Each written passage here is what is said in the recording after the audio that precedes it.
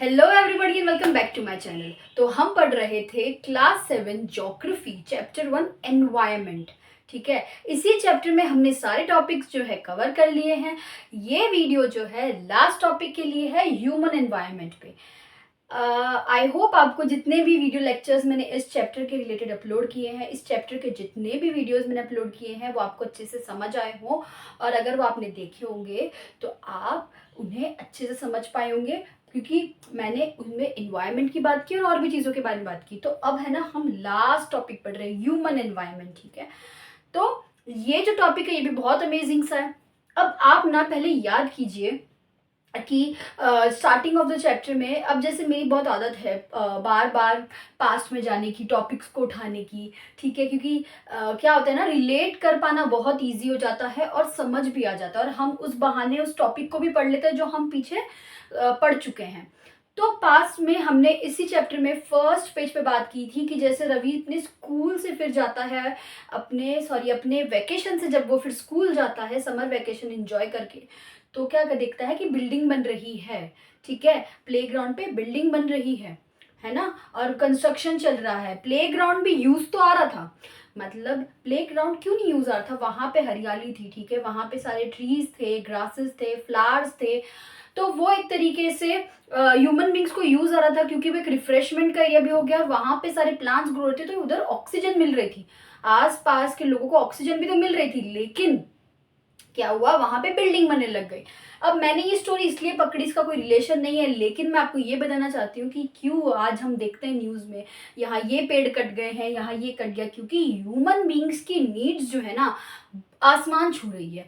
मतलब पहले एक टाइम था जब ये सब होता ही नहीं था। ठीक है, अर्ली ह्यूमंस ऐसा कभी करते ही नहीं थे। उनके पास जो नेचुरल एनवायरनमेंट में उन्हें जो चीज़ें मिलती थी, जो एनवायरनमेंट उन्हें जो चीज़ें प्रोवाइड करता था, वो उसी के साथ खुश थे, और क्योंकि उनकी नीड्स भी पूरी हो रही थी। आज भी जिस लेवल पे जो है वेजिटेशन ग्रो हो रही है, या जिस लेवल पे चीज़ें रिसोर्सेज अवेलेबल है, वो आज भी हमारे लिए इनफ है। लेकिन क्या है, क्योंकि हमारी नीड्स बढ़ गई है, तो हम ना उन सब चीज़ों को ओवर यूज़ करने लग गए हैं, और उन्हीं सब चीज़ों को ओवर यूज़ के साथ साथ हम उन चीज़ों को मॉडिफाई करने लग गए हैं।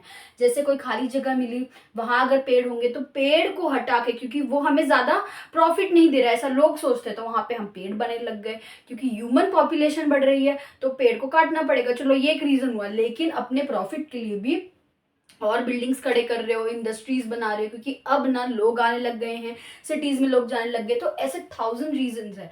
ठीक है, कि क्यों जो है नेचर को मॉडिफाई किया जा रहा है, बदला जा रहा है बुरी तरीके। इसके इम्पैक्ट ना मोस्टली नेगेटिव है, और बहुत कम ही ऐसे देखने मिलेंगे कि चलो अब जो है ना कुछ अच्छा हो गया है, अगर नेचर को मॉडिफाई किया तो कुछ अच्छा हो गया है। लेकिन मेजरली हम ये देखते हैं कि आज जितनी भी चीज़ें हैं ना हमारे एनवायरनमेंट में, वो काफ़ी हद तक चेंज हो गई है। वो जैसे पहले थी वो वैसी नहीं रही। इसलिए लोग ना वैकेशन में जाते हैं तो अच्छी अच्छी, मतलब उनको चाहिए कि हम जाएं नॉर्थ ईस्ट साइड जाएं, हम पहाड़ियों पे जाएं, हम अच्छी खुले जगह जाएं, क्योंकि अब बचे ही वो जगह हैं, और बाकी जगहों को तो जो है पूरा चेंज कर दिया गया है। तो मेरा कहने का मतलब यही है कि ह्यूमन एनवायरनमेंट में आपको क्या पढ़ना है। इसमें क्या है, बेसिकली ह्यूमन एनवायरनमेंट में है कि human beings interact with the environment and modified according to their need. ये मैंने समझा दिया। अर्ली ह्यूमंस अडेप्टेड देमसेल्व्स, अब पहले मैं अर्ली ह्यूमंस की बात करूंगी, फिर आज जो टाइम है उसकी बात करूंगी। Early humans adapted themselves to the natural surroundings and they led a very simple life and fulfilled their requirements from the nature around them. वो पेड़ हैं, उन्होंने उनको, पेड़ जो दे रहा है, फ्रूट दे रहा है, पेड़ की लकड़ियाँ, पेड़ से ही मेडिसिन। तो मतलब वो क्या करते थे, अगर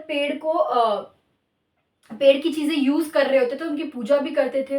उन्होंने वहां पे बहुत ही सिंपल लाइफ जी, मतलब उनमें इतना क्या बोलते हैं, वो नहीं आया दिमाग में, उनके थॉट्स नहीं आए कि अब यहाँ पे बिल्डिंग बनने लग जाए, कुछ भी हो जाए। तो अर्ली ह्यूमंस को जो भी मिलता था ना अपने नेचर से, तो वो उन्हीं से संतुष्ट थे, और वो अपने आप को अडेप्ट कर चुके थे। मतलब वो काफी उस एनवायरनमेंट को अपने आप को उस एनवायरनमेंट में अडेप्ट कर चुके थे, और बहुत ही सिंपल लाइफ जीते थे वो लोग। ठीक है, सिंपल लाइफ जीते थे, और अपनी फुल रिक्वायरमेंट्स जो है नेचर से ही फुलफिल कर लिया करते थे। बट विथ टाइम, जैसे जैसे टाइम बढ़ता गया, आगे टाइम निकलता गया, कुछ सालों बाद, हजारों सालों बाद, तो क्या होने लगा कि इंसान की नीड ग्रो होने लगी, और बहुत तरीके से ग्रो होने लगी। मतलब with time needs grew and varied, मतलब अब एक ज़रूरत नहीं है, बहुत सारी ज़रूरतें होने लगी। तो अभी देखिए मैं इसी के बाद समझाती हूँ। तो अब क्या होने लगा ना कि ह्यूमन बींग्स टाइम के साथ साथ उन्होंने क्या सीख लिया, उन्होंने ये सीख लिया कि कैसे क्रॉप्स ग्रो करते हैं, कैसे एनिमल्स को डोमेस्टिकेट करते हैं, मतलब एनिमल्स को कैसे पालते हैं, उनका यूज़ कैसे कर सकते हैं। पहले वो ये सब नहीं सोच रहे थे। पहले उनको क्या पता था, वो जिस लैंड पे रह रहे हैं उसी लैंड का वो यूज़ कर सकते हैं, मॉडिफाई कर सकते हैं, एग्रीकल्चर जो है प्रैक्टिस स्टार्ट कर सकते हैं। तो ये चीज़ तो अच्छी हुई ना।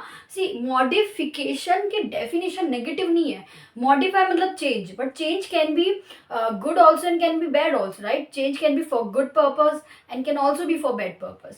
हम कोई चीज़ में चेंज लाते तो इसका मतलब ये नहीं है कि वो गलत ही होगा, वो पॉजिटिव भी तो हो सकता है।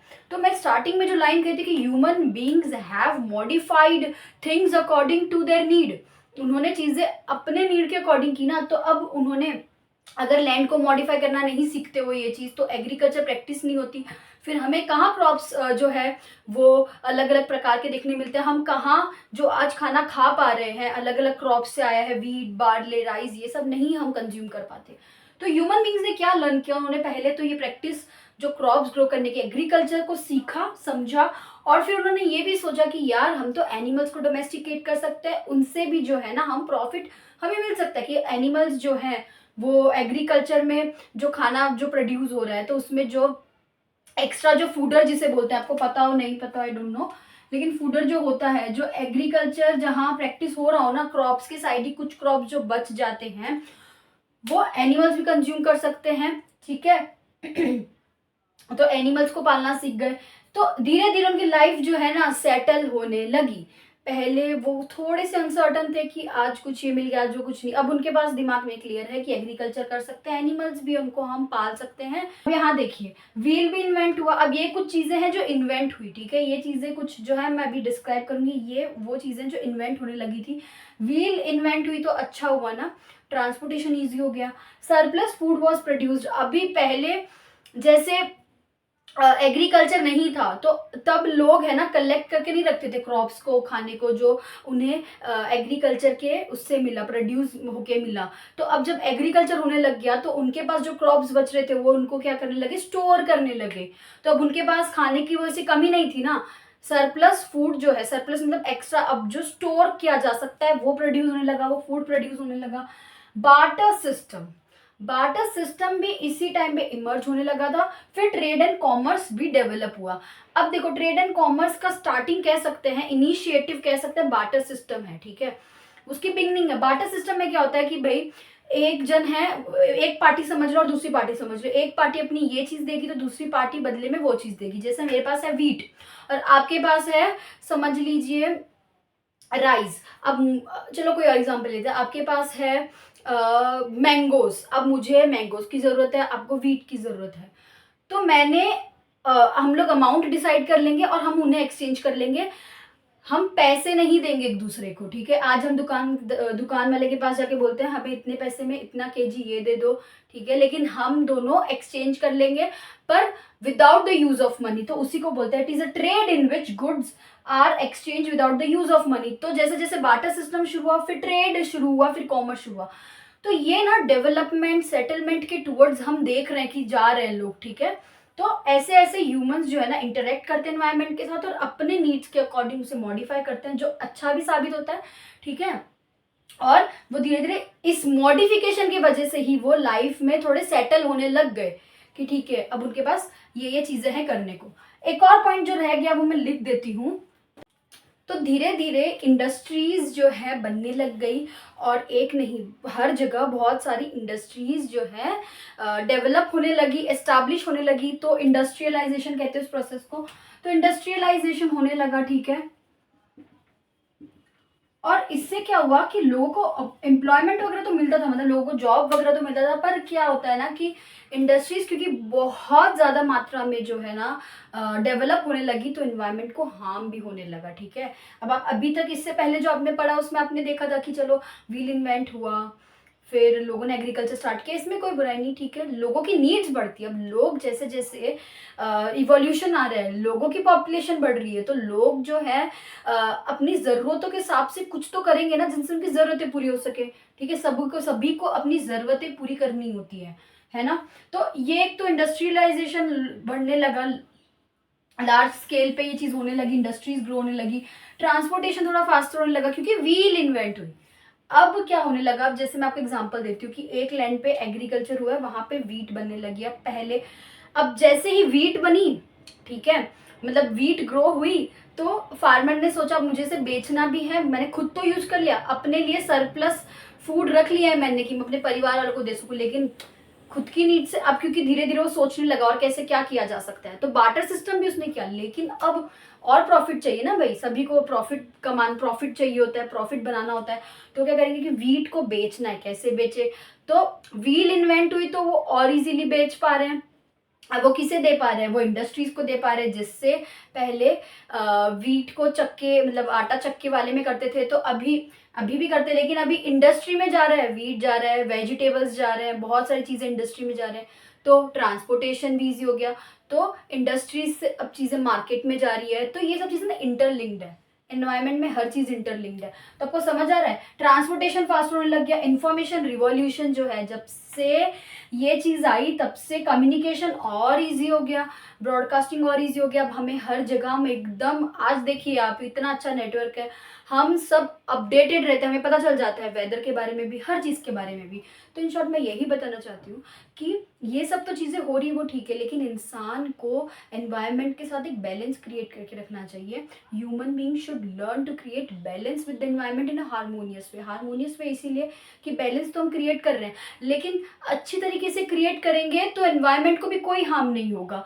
जो चीज़ें जिस सीजन में ही उगती है उन्हें उन्हीं सीजन में उगने दीजिए, क्योंकि अब इन्वायरमेंट हार्म हो रहा है हमारे ह्यूमन एक्टिविटीज़ की वजह से। हम जिस तरीके से चीज़ें यूज़ कर रहे हैं, हम जिस तरीके से जो है व्हीकल्स यूज़ करते हैं, तो उसके कह सकते हैं व्हीकल्स से जो फ्यूम आती है, एसीज यूज़ कर रहे हैं, हम जो भी चीज़ें यूज़ कर रहे हैं वो हमारे टेम्परेचर को, हमारे एनवायरनमेंट को हार्म कर रही है। तो इससे जो सीज़न है, जो पहले जिस टाइम पे स्टार्ट होते थे, जिस टाइम पे ख़त्म होते थे, वो अब है ना गड़बड़ होने लग गए। तो सब समझ जाइए कि इन्वायरमेंट जो है धीरे धीरे बदल रहा है, जो कि अच्छे वे में नहीं, बुरे वे में बदल रहा है। तो इसीलिए हमें हमेशा एनवायरनमेंट के साथ एक बैलेंस क्रिएट करके रखना चाहिए, क्योंकि अगर हम आज बैलेंस क्रिएट करेंगे एनवायरनमेंट के साथ अच्छे वे में, तो फ्यूचर की जनरेशन भी एटलीस्ट ये चीज़ मेंटेन कर पाएगी।